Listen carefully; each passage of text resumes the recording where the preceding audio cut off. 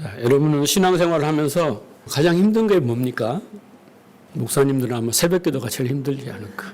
그 다음에 설교 준비하는 것도 힘들고, 그죠? 여러분은 뭔지 모르겠어요. 아마 비슷비슷할 겁니다. 예배하는 것도 힘들고, 또 기도하는 것도 힘들고, 또 헌금하는 것도 힘들고, 헌신하고 봉사하는 것도 힘들고, 또 주일성수하는 것도 힘들고. 보면은 신앙생활을 이제 진짜 수고하고 무거운 짐처럼 이렇게 어쩔 수 없이 하는 분들도 있고, 또 감사와 또 감격 속에서 즐거움을 또 하신 분도 있어요. 근데 즐거움으로 하고 기쁨을 하면 참 좋은 일인데, 그렇지 못하면 수고하고 무거운 짐이 된단 말이에요. 예수님 말씀처럼. 그러면 왜 신앙생활이 이렇게 힘들까? 교회 오는 것도 힘들고. 저 옛날 생각해 보면 아침 되면은 아버지 어머니가 나를 교회에 보내려고, 우리 자식들을 교회에 보내려고 난리를 쳐가지고 뭐 어쩔 수 없이 끌고 가고 막 안 가면 용돈을 안 주니 막 이렇게 갖고 교회 갖다 앉히는 것 같은 그런 기억이 납니다. 자발적으로 가는 기억이 별로 없는 것 같아요. 자, 성인이 돼서도 어쩔 수 없이 이제 교회를 눈치를 보아서 가야 되는 경우가 많습니다. 저는 그 이유를 딱 한 가지밖에 없다고 생각해요. 그게 뭐냐면 이 믿음이 진짜가 아닌 겁니다. 믿습니다. 종교인들이 갖는 믿습니다. 믿음이나 아니야, 믿음 가지긴 가졌는데 그 분량이 작은 거예요. 그 분량만큼 어떤 신앙의 행위가 나오는 건데, 내가 아예 잘못된 믿음을 가졌거나 아니면 분량이 작아서 그걸로 많은 행위들을 하려 하니 역겨운 거예요. 버거운 거고요. 그래서 못한다. 제가 깨달은 바는 그렇습니다. 그래서 사람들이 신앙의 행위는 사람이 하지만 그 행위의 원동력과 근거는 바로 믿음인 거예요. 모든 신앙의 행위의 원동력 그리고 근거가 뭐다? 믿음이에요. 그러니까 의인은 믿음으로 살리라. 나의 믿음의 문제지 목사님의 문제도 아니고 어떤 권사님의 문제, 장로님의 문제도 아니고 교회의 문제도 아니고 나의 믿음의 문제다. 우리 한번 해볼까요? 나의 믿음의 문제다. 나의 믿음의 문제예요. 여러분은 지금 히브리서 11장을 이제 우리가 공부를 했는데 무엇을 깨닫고 있나 저는 궁금해요. 11장을 공부하면서 나는 무엇을 깨닫고 있는가라고 묻고 싶어요. 자, 아벨은 하나님이 연락하는 제사를 드렸고, 에녹은 하나님과 동행했고, 노아는 120년 동안 방주를 만들었고, 아브라함은 이삭을 제물로 드렸고, 야곱은 지팡이를 의지하여 경배한 행위가 쫙 나오죠. 근데 히브리서 기자는 이게 그들이 훌륭했고, 그들의 능력이 있고, 그들이 열심, 성실함이 있지 않다 이렇게 말하고 있는 거예요. 절대 착각하면 안 됩니다. 히브리서 기자는 이게 믿음에 의한 거야. 믿음에 근거해서 이루어졌다라고 말을 하고 있어요. 성경의 의도는. 그걸 잘 들어야지 우리가 이 믿습니다의 믿음과 하나님이 주신 선물로서 믿음이 구별해낼 수가 있는 거예요. 이거 구별을 못하면요, 우리 착각 속에 신앙생활을 할 수밖에 없습니다. 그래서 성경은 지금 이들의 업적을 기리고 업적을 강조하면서 너희들도 이렇게 이 업적을 내놔라 믿음이 있으면 이렇게 강조하는 게 아니라 그들이 그렇게 행동을 하게 한 것은 바로 하나님이 주신 믿음 때문이었다라고 이야기를 하고 있는 거예요. 성경을 보는 관점이 다르죠?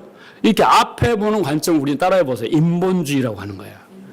사람은 그렇게 할 수 있고 그렇게 우월할 능력이 있고 그 안에서 문제지, 그래서 회개해야 하는 거지, 할 수 있다라고 생각하는데 성경은 전혀 아니다라고 말하고 있다라는 것을 아셔야 됩니다. 자, 그래서 우리가 할 일은 다른 게 없어요.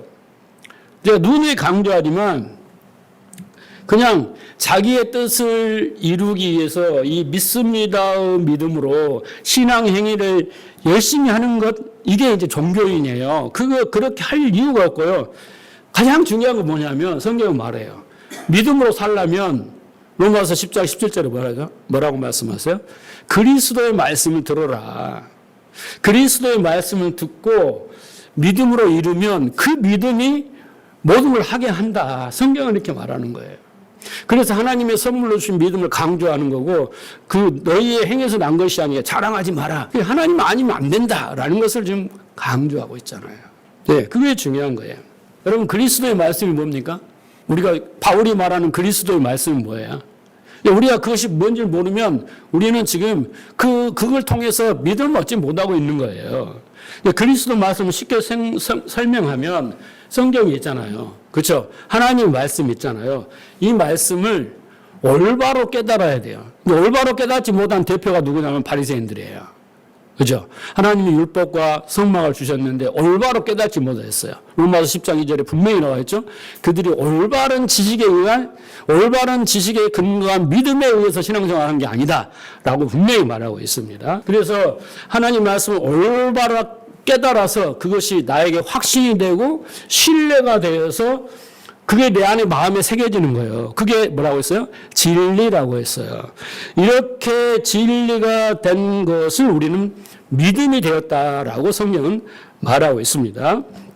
그래서 만약에 우리가 성경을 바리새인들처럼 그렇게 보고 깨달았다라고 한다면, 그죠? 우리는 기복주의, 성공주의, 인본주의, 율법주의, 은사주의 이런 주의로 쭉쭉쭉 빠지고 결국은 예수님께 책망받는 바리새인들처럼 이 외식하는 자들아, 그 내면을 회칠한 무덤 같은 자들아, 결국은 너희는 진리를 모르는 독사의 자식이다고 책망받고 마지막에는 신앙생활을 열심히 하고 슬피우며 일을 갈게 된다. 아주 무시무시한 이야기예요, 여러분.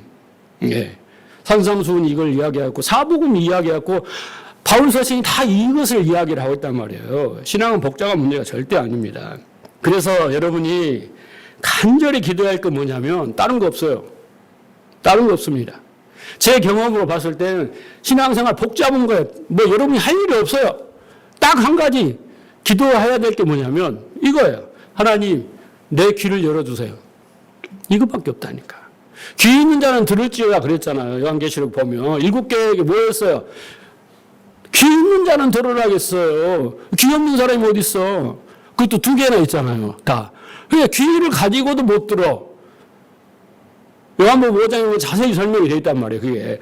그리고 뭡니까? 에베소 1장에 나와 있는 17절 이하에 나와 있는 지혜와 계시형을 주사.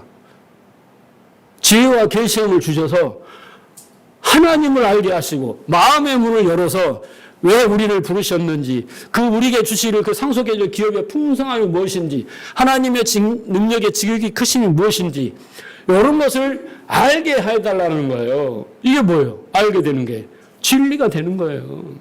그걸 잘못 알면 큰일 나는 거예요. 큰일 나는 거. 그래서 여러분들이 해야 될 것은 다른 거 구하지 마시고 그렇게 귀를 열어서 지혜와 계시형을 주셔서 하나님의 뜻을 깨닫게 해달라고 기도하시면, 그러므로 믿음이 장성한 분량이 이루시면 그게 내 삶과 삶의 질과 행복과 불행을 결정하는 거예요. 다른 게 없어요. 여러분 기도 많이 해봤잖아요. 헌신 봉사 많이 해봤잖아요. 됩니까? 하지 말라는 이야기 아니라 다른 뜻으로 올바른 믿음을 가지 아니하고 올바른 진리를 가지고 안 하면 아무 열매도 없는 거예요. 네. 그래서 여러분도 이렇게 진짜 귀가 열리고 지혜와 계시형으로 하나님의 뜻을 잘 듣고 믿음에 이르는 여러분 되시기를 주님으로 축복합니다. 자, 오늘 요셉의 믿음에 대해서 살펴보겠습니다. 자, 22절에 보면 이제 믿음으로 요셉은 그랬어요. 거꾸로 말하면 어쩐다고 했어요? 요셉 안에서 믿음이 요셉을 어떻게 했다 이 말이에요. 지금 이 반어법이란 말이에요. 쉽게 말하자면 요셉이 뭘 했다라 해서 요셉이 좀 주인공이 아니라 요셉을 이렇게 하게 만든 믿음이 주인공이고 그 믿음은 하나님이 줬다라는 것을 지금 말하고 있는 거잖아요. 그렇죠? 자, 그런데 요셉 안에 믿음이 첫째 보세요. 임종시에 그랬단 말이에요. 이게 중요하단 말이에요. 사람들은 대부분 임종시에 이렇게 진심을 담아서 진실을 말하는 경향이 있습니다. 왜 그렇겠어요? 사람이 이제 죽음을 앞두게 되면요, 평소에 내가 체면을 중요시하고 내 이익을 중요시하고 어떤 평가를 중요시하고 또 두려움 때문에 자기 속마음을 말하지 않아요. 잘 감추고 있다가 이제 죽음이 가까워지면 내가 더 이상 잃을 것도 없고 욕먹을 것도 뭐 그런 거 두렵지가 않은 거예요. 내가 하고 싶은 말 그냥 하고 죽는 게 속 시원하잖아요. 이때 담고 죽으면 얼마나 답답하겠어요. 그러니까 말을 하게 되는데 자기 진심을 말해보고 싶은 거예요. 평소에 사랑하지 못하는 사람한테 말하고 싶었는데 이 체면 때문에 문화 때문에 못했는데 그건 진짜 마지막에는 다 체면이고 뭐 다 내려놓고 한번 해보고 싶다. 이런 이제 심정을 갖게 되는 것이 죽음 앞에서 인간의 모습인 겁니다. 그래서 이제 남의 시선보다는 자신의 진짜 마음이 중요해서 그동안에 감추었던 생각과 감정을 솔직하게 이제 표현합니다. 근데 이제 전에는 돈도 중요하고 명예도 중요하고 체면도 중요하고 성공도 중요하고 막 이렇게 중요했는데 이제 죽을 때가 되니까 진짜 소중한 것이 뭔가를 알게 되는 거예요. 아, 이것이 진짜였구나라는 걸 알게 되면서 이제 사랑하는 사람, 어떤 관계, 용서, 또 신앙 이런 것에서 어떤 본질적인 가치 있는 것이 중요하다는 것을 그때서야 깨달은 거예요. 우리는 성경을 통해서 미리 깨닫지만 이걸 사람들은 잘 못 깨닫고 죽음 앞에서 깨닫는 거예요. 그래서 마지막 순간에 그동안에 감사하지 못하고, 그죠? 또 사랑하지 못하고, 용서하지 못하고, 사과하지 못하고, 당부하지 못했던 것을 이렇게 말하게 됩니다. 자, 죽음을 앞둔 사람들은 이렇게 자신의 인생을 돌아보면서 가장 소중한 것이 무엇일까? 자식들에게 이 소중한 것을 주고 가야지. 말해주고 가야지. 부탁하고 주고 가야지. 이렇게 생각한단 말이에요. 그래서 이때 자신이 진정으로 믿고 소망했던 뭔가를 이제 말하기 시작하는 거예요. 죽음 앞에서. 그래서 죽음 앞에 그 사람이 무엇을 말하느냐에 따라서 그 사람의 가치관이 뭐였고, 뭘 가치를 추구하고 죽으면서 야, 딸아, 아들들아, 돈 많이 벌어라. 이 사람은 뭐예요? 돈의 가치를 두고 산 사람이고, 돈이 최고인 사람이잖아요. 그리고 이제 내가 무엇을 믿고 살았는지 그 믿음을 보여주는 거예요. 나는 이렇게 살았는데 이것이 최고더라. 이렇게 이제 보여주는 거죠. 자, 성경적으로 말하면 죽음은 이런 거예요. 성경적 죽음은 뭐냐면 내가 죽음 앞에서 이렇게 말하는 겁니다. 내 입술을 통해서 내가 무엇을 믿었고 무엇을 소망하여 살았는지 그것을 고백하고 드러내는 순간이 뭐예요? 바로 죽음인 거예요. 하나님이 정해진 수명이 있잖아요. 그 살다가 그걸 살았어요. 120년을 살았어요. 120년을 살고 나서 이제 무엇을 믿고 무엇이 중요하고 어떻게 살았는데 이건 잘못되고 이렇게 살아야 되는 것을 깨닫고 고백하게 맞는 게 뭐예요? 바로 죽음인 거예요. 죽음인 것입니다. 그래서 성경에도 보면 마태복음 12장 34절에 보면 마음에 가득한 것을 입으로 말함이라 이렇게 했죠. 죽음의 순간이 바로 마음에 가득한 것을 말하는 순간이에요. 여러분 경험해 보세요. 그냥 오늘 후에. 근데 이 경험자의 말을 들어보면 그렇습니다. 그래서 여러분 보세요. 아브라함도 그렇고 이삭도 그렇고 야곱도 그렇고 오늘 본문의 요셉도 그렇지만 하나같이 마지막에 뭘 고백합니까? 하나같이 고백하는 게 있어요. 그게 뭐예요? 하나님의 약속에 대해서 이야기를 하고 있어요. 하나님의 약속에 대해서. 이해하셨어요? 하나님의 언약에 대해서 이야기를 하고 있는 거예요. 마지막에. 자, 요셉은 창세기 37장에서 50장까지 등장하는 인물이에요. 많죠. 다른 사람들은 별로 많지만 37장에서 50장까지면 몇 장입니까? 그죠? 13장에 걸쳐서 요셉이라는 인물이 등장하죠. 성경에서 보면 가장 위대한 인물이 아닐까 싶을 정도로 요셉은 아주 훌륭한 사람입니다. 또 위대한 업적을 가진 사람이에요. 그리고 사람들이 많이 본받고 싶은 사람입니다. 자, 요셉은 보면, 요셉의 특징을 보면요. 첫째 요셉 하면 뭐냐면 형통한 사람이다. 어떤 사람이라고요? 형통한 사람이에요. 우리가 제일 좋아하는 게 뭐예요? 만사 형통 그러잖아요. 입춘대길 만사 형통 막 이렇게 써놨잖아요. 만사가 형통하는 게 좋았죠. 그런데 요셉의 삶을 보면 그렇지가 않아요. 17살에 형들에게 미움을 받아서 노예로 팔리고 아버지와 생이별을 하고 애굽의 노예로 팔려서 보디발 집에서 종살이를 하고 또 누명을 쓰고 감옥에 가고 그렇잖아요. 자, 그런데 이러한 생활을 겪었던 요셉의 파란만장한 인생이 우리 눈에는 절대 형통하지가 않는데 성경은 그가 형통한 자라고 말하고 있다는 거예요. 신기하지 않습니까? 왜 그럴까요, 여러분? 그러니까 성경이 말하는 형통은 우리가 이렇게 순간적으로 볼 때도 환경이 좋고 나쁨을 말하는 것이 아니구나. 모든 것이 탄탄대로로 모든 것이 다 풀리고 잘 돼야 되는 것을 형통이라고 우리가 알고 있는데 성경은 그렇게 말하지 않다라는 거예요. 자, 창세기 39장 2절을 보니까 여호와께서 요셉과 함께 하심으로 그가 형통한 자가 되어 그의 주인 애굽 사람의 집에 있으니. 그래서 그 형통의 이유를 뭐라고 말하겠습니까? 어떤 요셉의 능력이나 지혜나 노력에 있는 것이 아니라 하나님이 그와 함께 임재하셨다라는 거예요. 그와 항상 함께 하셨다라는 것이 그게 뭐예요? 형통이라는 거예요.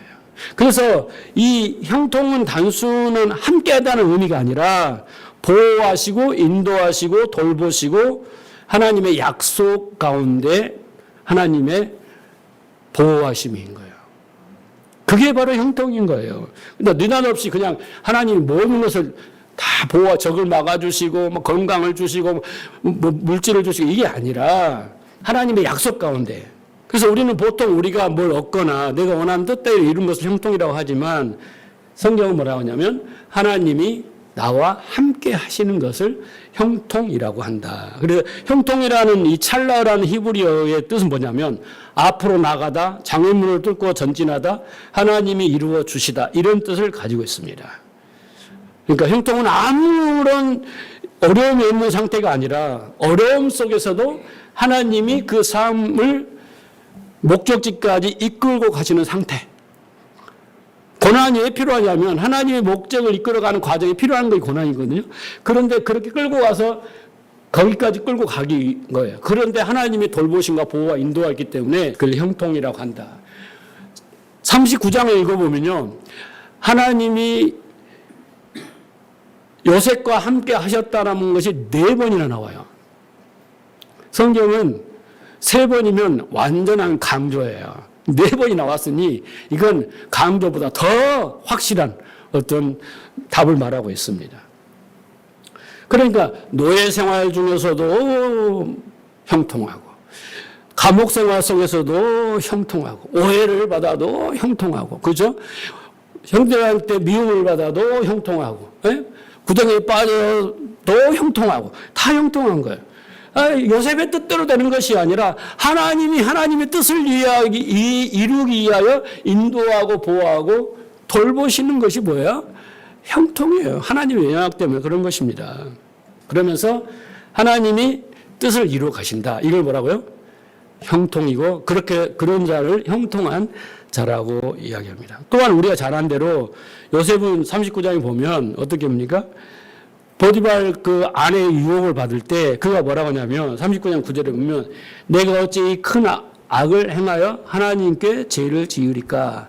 그러니까 요셉은 그냥 충실한 종이 아니라 하나님 앞에서 이런 단어를 쓰잖아요. 우리가 코람데오라고 그러죠. 신전의식. 하나님을 의식하고 하나님의 말씀을 의식하고 이렇게 살았다라는 거예요. 네? 네, 보이지 않는 곳에서도 하나님을 항상 의식하며 살았어요. 훌륭한 사람 아닙니까? 뿐만 아니라 요셉은 위대함이 어디 있어요?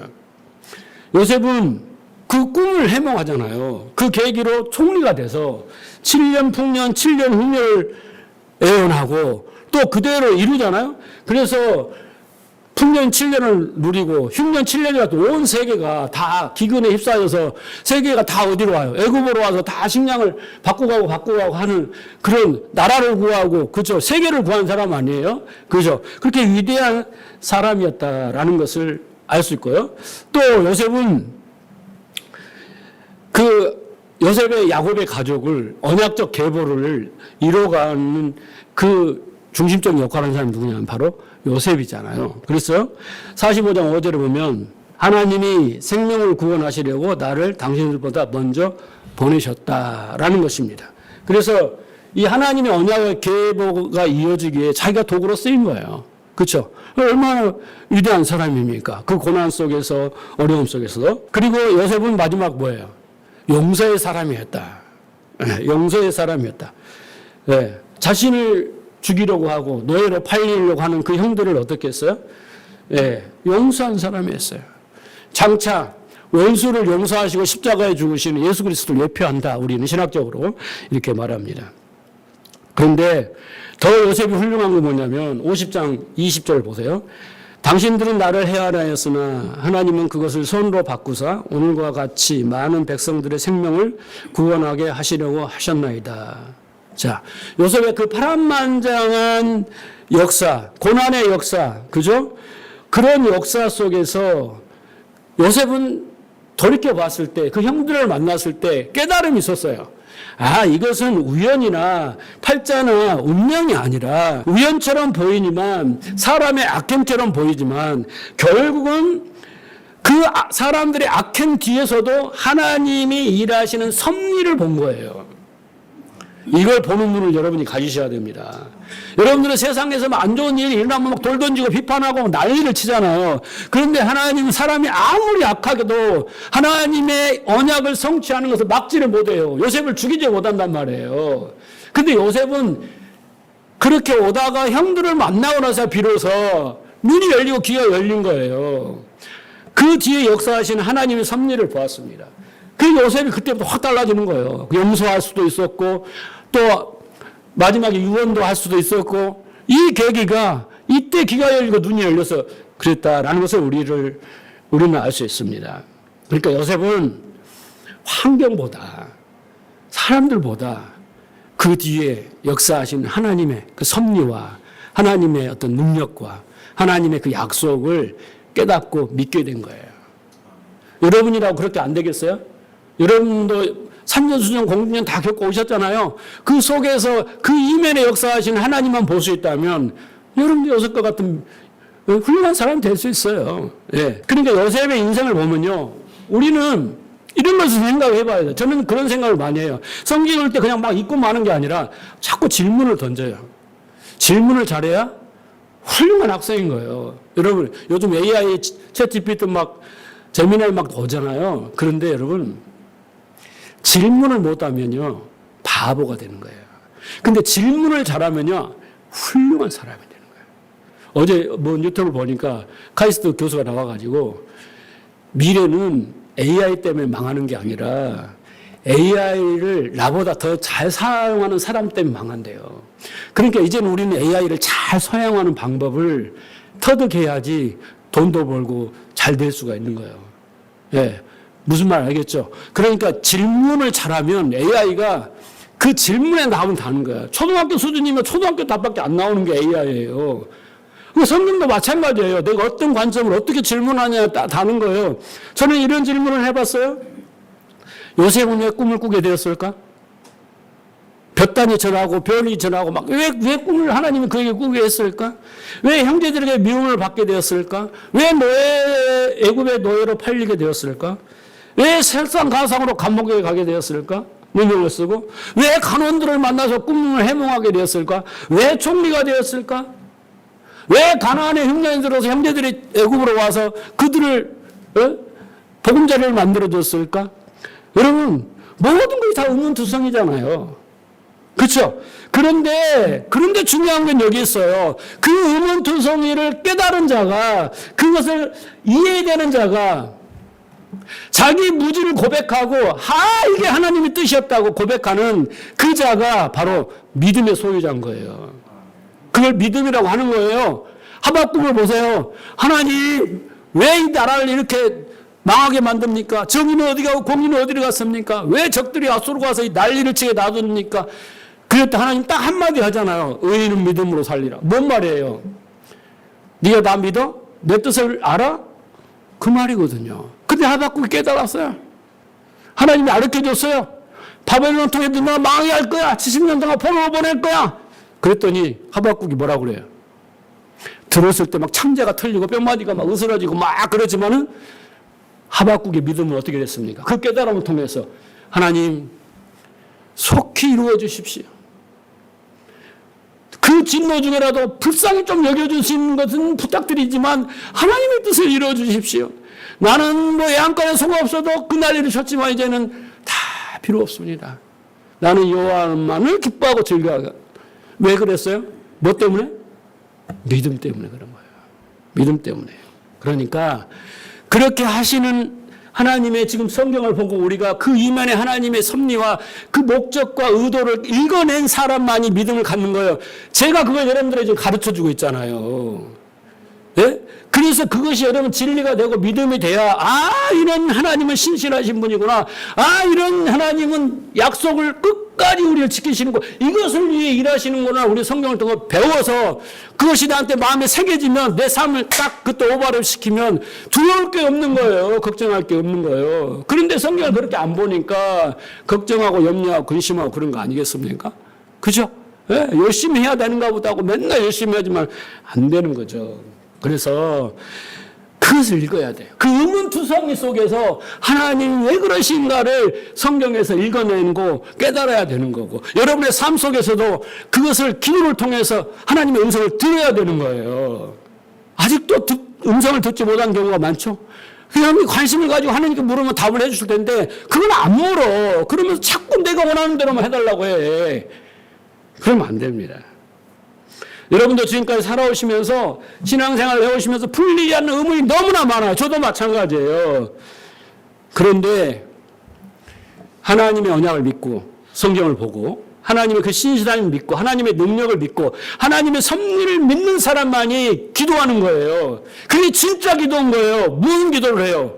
하나님 뜻을 알게 해달라고. 예수님처럼 내 뜻대로 마옵시고 아버지 뜻대로 해달라고. 이렇게 기도하는 사람은 믿음의 사람이라고 하는 겁니다. 이름이. 그래서 그렇게 되고 나니까 21절 보세요. 창세기 5장 21절. 당신들은 두려워하지 마소서. 내가 당신들과 당신들의 자녀를 기르리다 하고 그들을 강력한 말로 이루하였더라. 여기서 보면요, 히브리 언어를 보면 중심의 말씀으로 이루하였다 이렇게 해요. 그냥 이루하니 인간적으로 아니라 중심의 말씀으로 이루었다. 진리의 말씀으로 이루었다. 이게 파라칼레오요. 하나님의 마음으로 하나님의 뜻을 알려줬다라는 거예요. 이게 바로 믿음이죠. 자, 어쨌든 요셉은 하나님의 언약을 믿고 또 하나님의 섭리를 신뢰하고 또 고난 속에서도 믿음을 지켰고 용서하고 순종하고 또 그렇죠. 훌륭한 사람이죠. 업적이 대단한 사람이죠. 제가 지금 설명하는 대로 이 정도 되면, 예? 이 정도 되라고 목사님들이 여러분들한테 막 하잖아요. 요셉을 본받으세요. 막 이렇게 하잖아요. 예, 그런데 그건 그렇게 말하는 건 10점밖에 안 되고 오늘 본문을 보세요. 히브리서 기자는 요셉의 이렇게 화려하고 위대한 업적과 이렇게 순종적이고 착하고 이런 모습은 싹 지워버리고 뭐라고 말하냐. 요셉의 이 정치적 성공이나 총리의 업적이나, 예? 그런 것이 아니라 우리가 전혀 예상하지 않는데 요셉이 죽음 앞에서 진실을 고백하는데 뭐라고 말하냐면, 뭐라고 말합니까? 이스라엘 자손이니 떠날 것을 말하였다라는 거죠. 그리고 내 뼈를 가지고 가라. 이 두 마디 한 거예요. 두 마디. 자, 이 본문이 히브리서 11장 22절 본문이 창세기 5장 50장 24절의 본문이에요. 봅시다. 요셉이 그의 형제들에게 이르되 나는 죽을 것이나 하나님이 당신들을 돌보시고 당신들을 이 땅에서 인도하여 내사 아브라함과 이삭과 야곱에게 맹세한 땅으로 이르게 하시리라. 이게 뭐예요? 하나님의 약속이죠. 언약이죠. 예. 요셉이 또 이스라엘 자손에게 맹세시켜 이르기를 하나님이 반드시 당신들을 돌보시리니 당신들은 여기서 내 100해골을 메고 올라갔다 하라 하였더라. 이 두 가지를 요셉의 그 화려함을 싹 기억조차도 안 해요. 써먹지도 않아요. 인용하지도 않아요. 딱 이 두 가지만 요셉의 믿음으로서 딱 기록을 하고 있다라는 거죠. 그죠? 자, 그런데 여러분, 요셉이 이스라엘 자손들에게 마지막 순간에 이렇게 너희들 가나안 땅으로 가라 라고 말하는 거예요. 선포하는 거예요. 다시 하나님의 약속을 상기시켜 주는 거예요. 생각을 해보세요, 여러분. 지금이 어떤 상황이냐면 이제 애굽의 총리가 돼서 최고의 권세와 부귀를 누리고 있는 상황입니다. 그죠? 요셉이 요셉이 죽기 전까지잖아요. 죽기 전까지니까 그 전에는 어떻게 했어요? 요셉이 여러분 총리라고 하지만은 바로가 정권을 줬기 때문에 요셉이 왕과 같은 거예요. 왜? 세상의 왕이야. 제일 큰 나라의 왕이야. 거기에 자기 식솔들이 왔어. 얼마나 위대하고 힘이 있었으면 고센 땅이라는 도시를 하나 딱 줬어. 비옥한 땅에 그 삼각지에 거기가 너 양치고 너 살아라고 땅을 하나 줬다니까, 도시를 하나 줬다니까. 그 정도 어마어마한 힘과 능력과 줬단 말이에요. 복을 줬단 말이에요. 그래서 요셉은 애굽의 실세가 되었잖아요. 저 흉년이던 가나안 땅에 비하면 지금 애굽은요 그들에게 뭐예요? 천국이에요. 천국이죠? 천국이란 말이에요.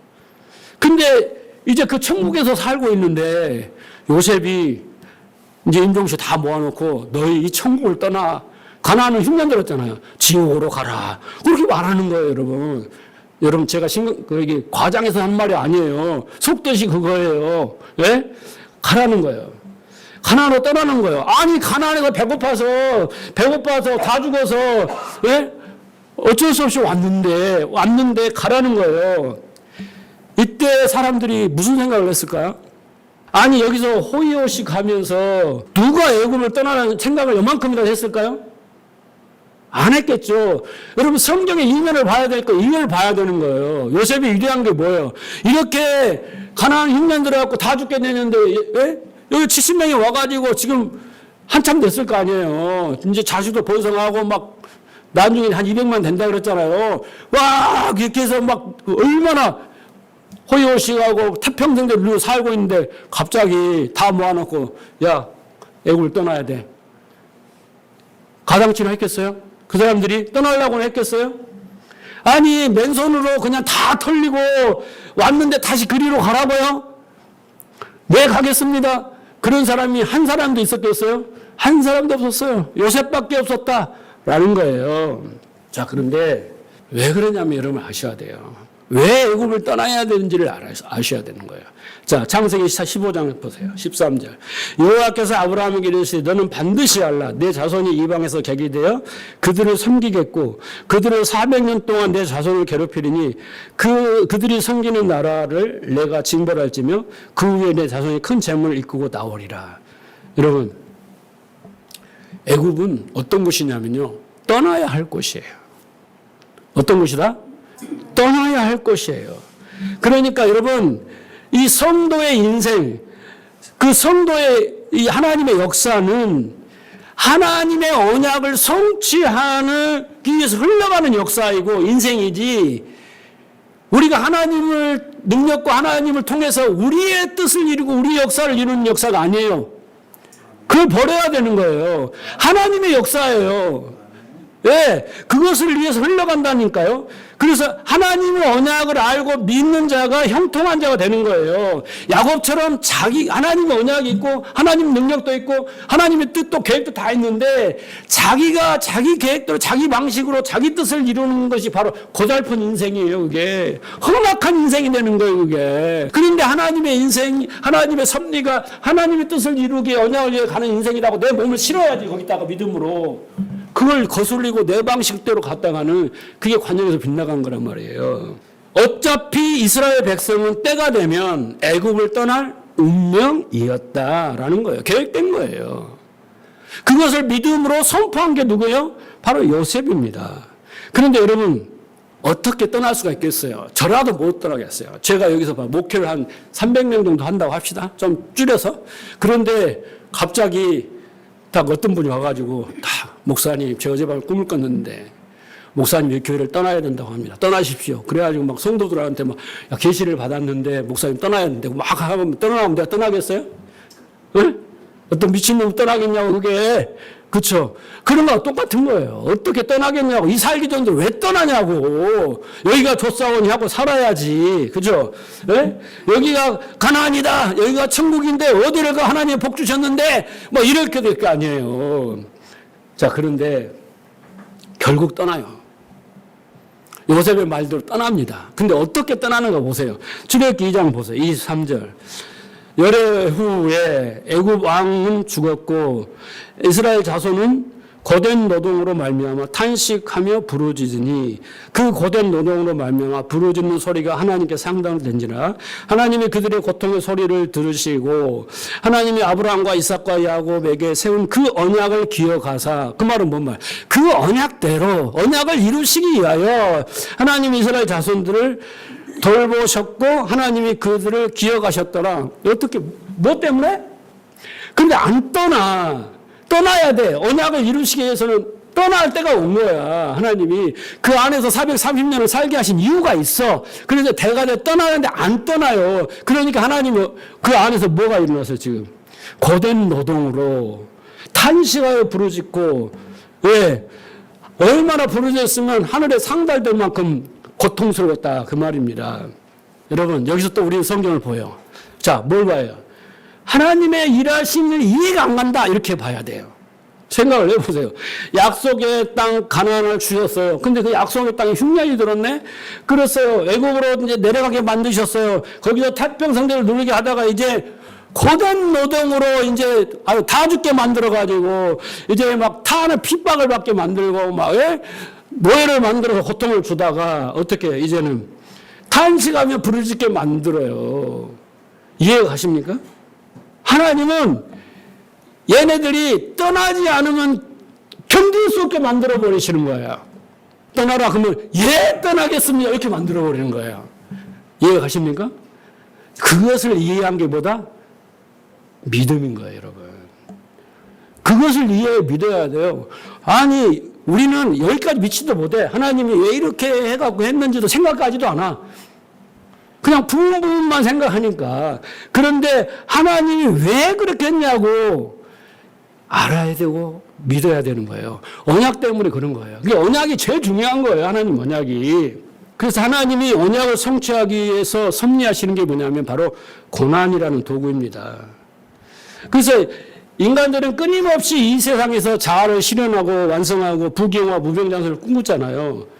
네. 근데 하나님이 그렇게 놔두면요 다 망해요. 그러니까 하나님이 고난을 가지고 찾아와요. 그러면서 애굽을 떠나지 않으면 안 되게끔 만든 거예요. 왜? 떠날 운명이야. 이미 정해졌어. 이제 때가 된 거야. 그래서 하나님이 하시는 거란 말이에요. 그래서 하나님은 애굽으로 인도하신 이유를 잘 아셔야 돼요. 여러분이 애굽을 만날 때가 있어요. 애굽으로 인도하신 이유는 딱 이 한 가지예요. 애굽은 이런 곳이야. 애굽은 너희가 살 곳이 아니야. 성경적으로 보면 애굽은 종교를 상징합니다. 애굽은 우상의 숭구를 말합니다. 그죠? 종교의 종교. 하나님을 종교의 하나님으로 믿는 것이란 말이에요. 우상의 하나님으로 믿는 것이란 말이에요. 거기서 그런 종교 생활이, 그 노예 생활이, 종교의 그 노예의 수고하고 무거움을 지고 사는 것이 얼마나 고달프고 괴롭고 이 하나님이 없는 이곳이 지옥이구나라는 것을 430년간 살게 하신 거예요. 이해하십니까? 네? 그래서 애굽을 떠나야 되는 거예요. 처음부터 하나님이 천국을 맛보면요 지옥이 뭔지를 몰라요. 여러분 하나님 왜 가나안이라는 축복의 땅에서 다시 애굽으로 갔다가 다시 가나안으로 끌고 갔냐, 이것을 깊이 묵상을 해야 돼요. 처음부터 가나안에서 여기서 얼마나 좋아요. 여기서 가나안에서 흉년도 안 들고 풍년이고 가나안에서 약속의 땅에서 기름진 땅에서 막 젖과 꿀인 땅에 살면 얼마나 좋아요. 근데 거기 흉년이 들어서 애굽으로 보내요. 그래서 애굽, 광야, 가나안이라는 과정을 거치는 걸, 이게 바로 신앙의 여정이라고 하는 거예요. 근데 일단은 우리는 택함을 받았어요. 구원을 받았어요. 그럼 어디로 가야 되냐면요 애굽으로 가야 되는 거예요. 애굽에서 종교 생활을 해야 되는 거예요. 우상을, 하나님이라는 우상을 붙들고 하라는 거예요. 그게 뭐라는 거예요? 깨달라는 거지. 깨달라는 거예요. 그런데 그 와중 속에 요셉만 하나님의 언약을 기억한 거예요. 믿음으로. 그래서 여기를 떠나야 된다고 말하는 사람은 요셉밖에 없는 겁니다. 여러분, 여러분의 인생 가운데 하나님을 자꾸 부르질 때가 있어요. 있죠? 앞으로는 있을 것입니다. 그때 내가 무엇을 생각하느냐, 이게 중요한 거예요. 그런 상황이 만났을 때 내가 이 상황을 어떻게 보고 무엇을 기도하고 무엇을 찾느냐가 중요한 거예요. 그게 중요한 겁니다. 살든 못 살든 간에 우리는 이 세상이 여기가 살 곳이 아니구나. 이걸 알아야 되는 거예요. 이것이 애굽인데 눈에 보이기는 좋은데 이것이 아니구나라는 것을 알아야 되는 거죠. 쉽게 말해서 여러분, 이 역사 속에서 우리가 지옥이라는 것을 경험을 해야지 천국을 바라봐요. 지옥이라는 것을 경험해야지 광야를 바라보고 가나안을 바라보지, 여기가 좋사오니 하고 이 안에 있으면 우리는 절대 앞으로 나갈 수가 없어요. 하나님은 지옥이라는 것을 경험하게 해주는 거예요. 하나님이 없는 것, 우상의 속을, 그죠? 부경화 무병장수를 추구하고 막 그런 육적인 이런 것들을 추구하는 세상을 경험하게 하는 거예요. 세상 속에서 우리를 부른 게 아니라 가나안을 택감을 받은 우리에게 거리 보낸다니까요. 그걸 아셔야 된다고. 그 신앙의 여정의 단계라는 거예요. 그리고 어떻게 여러분, 가나안 간다고 다 해결됩니까? 아니에요. 가나안은 가도 그냥 부자로 사는 게 아니에요. 그렇지만 이 신앙의 여정이 중요한 겁니다. 여러분, 우리 교회 현실을 보면요, 딱 이해가 가실 거예요. 자, 여러분, 가신 분들은 귀가 열리지 않고 눈이 열리지 않아서 가셨다고 이해해요. 그런데 문제는 있잖아요. 여러분, 남아있는 분들이 문제예요. 남아있는 분들이. 자, 귀가 열리고 눈이 열렸어요. 그래서 진리를 알았어요. 믿음이 점점 커졌어요. 자, 그런데 문제는 삶이, 환경이 변하지 않아요. 똑같단 말이에요. 똑같단 말이에요. 이게 문제예요. 여러분, 부자가 됐습니까? 우리가 무슨 기적을 일으켰습니까? 막 성도들이 막 몰려왔습니까? 성장했습니까? 아닙니다, 여러분. 진리는, 믿음은, 진짜 믿음은 훌륭한 사람, 좋은 환경을 만드는 게 아니에요. 깨달았으면요, 이제 깨달았으면, 하나님을 깨달았으면, 그게 내게 믿음으로 왔으면, 진리가 되었으면, 이제는요, 어떤 환경이든 간에 그 환경을 내가 견디고 이기고 초월해버리는 거예요. 그게 믿음의 능력인 거예요. 무슨 말인지 아시겠어요? 우리는 기적이 일어나고 뭔가 눈에 봐라, 우리는 이렇게 됐다, 이런 걸 원하지만 성경은 그렇지 않습니다. 절대 그렇지 않습니다. 하박국 보세요. 환경을 초월해버리잖아요. 바울을 보세요. 환경을 초월해버리잖아요. 막 능력을 행하고 막 한다고 뭐 마차 타고 다니고 뭐 비행기 타고 다닙니까? 아니잖아요. 굶주리고 매맞고 뱀이 물리고 얼마나 고난을 당합니까? 그런 거예요. 그런데 그런 것들을 다 이겨내고 견딘 능력이 그게 믿음인 거예요. 그 믿음으로 말미암아 그게 되는 거예요. 그래서 모든 걸 초월하고 사는 겁니다. 믿음이 그게 믿음이고 능력인 거예요. 그래서 믿음은 좋은 환경을 만든 게 아니라 하나님의 뜻을 알고 그 뜻을 따라 사는 능력인 거예요. 그게 능력인 겁니다. 그러니까 여러분이 위로를 드릴게요. 여러분이 책임질 일은 하나도 없어요. 신앙생활 하면서 부담 가진 일 있고 죄의식 죄책감 다 버리세요. 할 일은 하나도 없고 딱 한 가지예요. 내가 믿음으로 사느냐 믿음으로 못 사느냐의 문제인 거예요. 하나님 이걸 보시는 거예요. 다른 거 없어요. 다른 거 없습니다. 자, 예수님이 이랬잖아요. 어린아이 같지 않으면 천국에 못 들어간다. 여러 해석이 있겠지만 제 해석은 이런 거예요.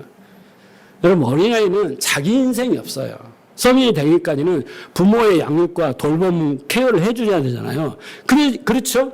그래서 어떻게 보면 부모가 시키는 대로 해야 돼요.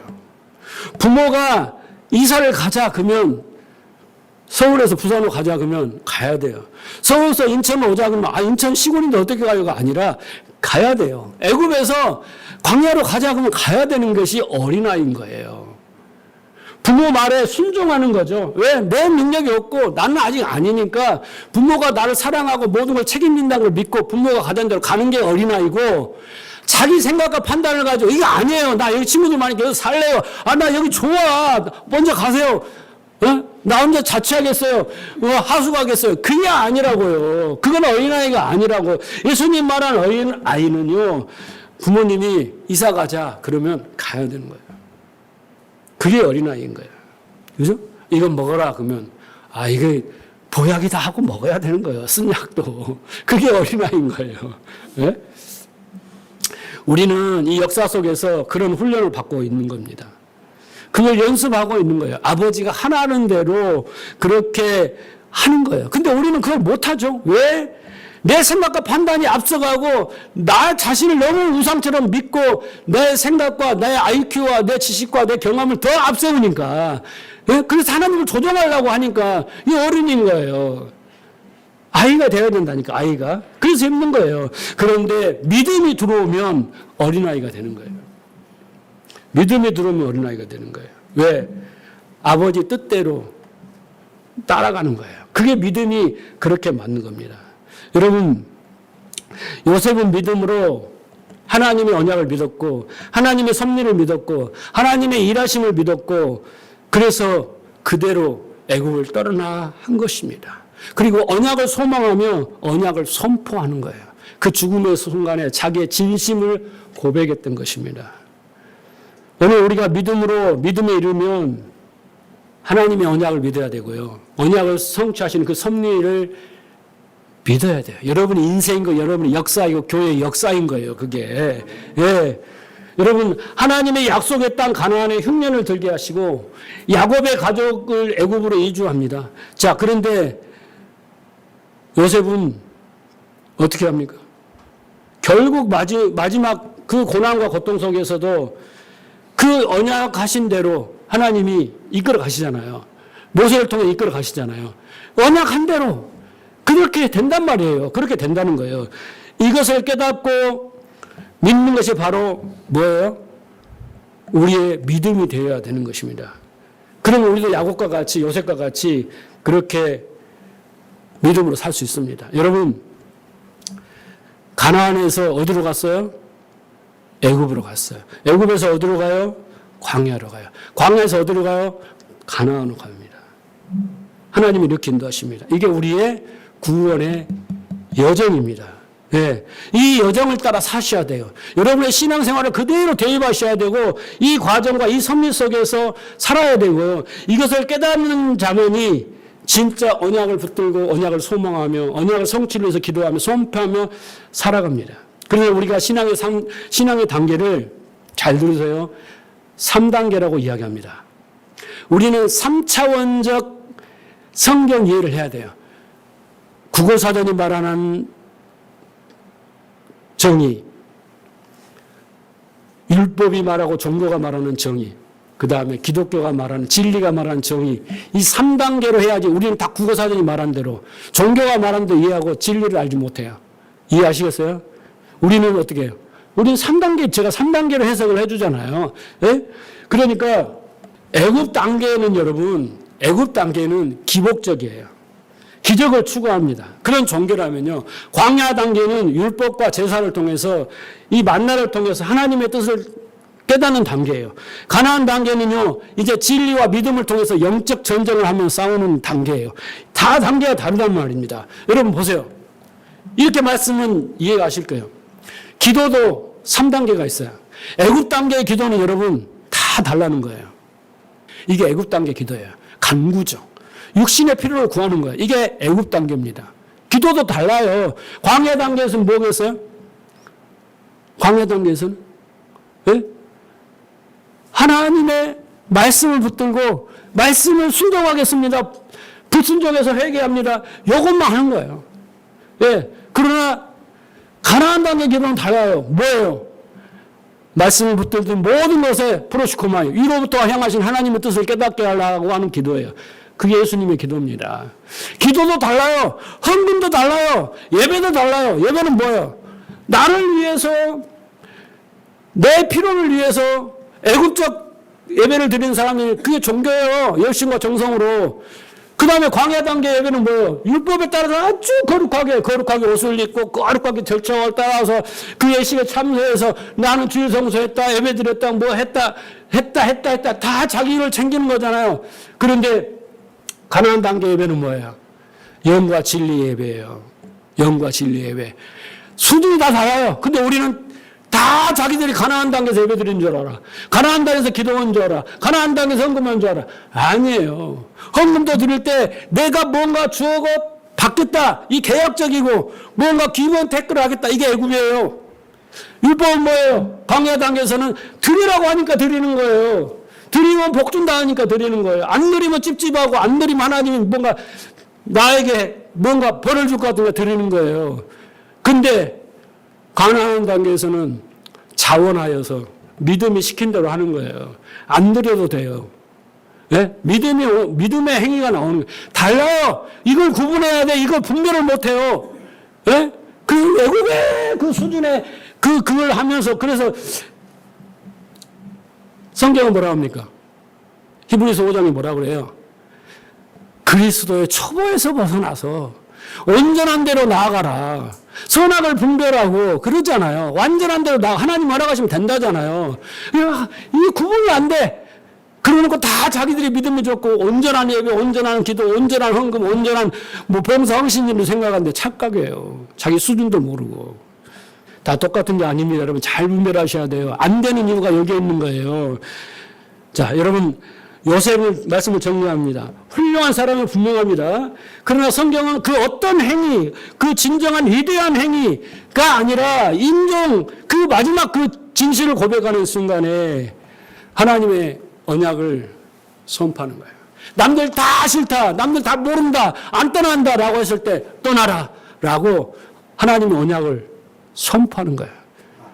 네, 그리고 나는 약속의 땅에 약속이 성취되는 그 땅에 내가 묻힌다 해구리라도 이게 믿음의 고백인 것입니다. 히브리 기자는 이 두 가지를 믿음이라고 이야기하고 그 요셉 안의 믿음이 그에게 역사했다고 합니다. 여러분 귀가 열리시길 바라요. 귀가 열리고 눈이 열리면 말씀이 들어가면 내가 변하는 것은 물론이고 놀라운 능력이 나오는 거예요. 믿음의 능력이 거기서 나오는 거예요. 말씀이 없으면 진리가 없으면 믿음이 없으면 아무리 내가 열심을 해도 그 열심으로 지치고 사람들을 변화시킬 수가 없어요.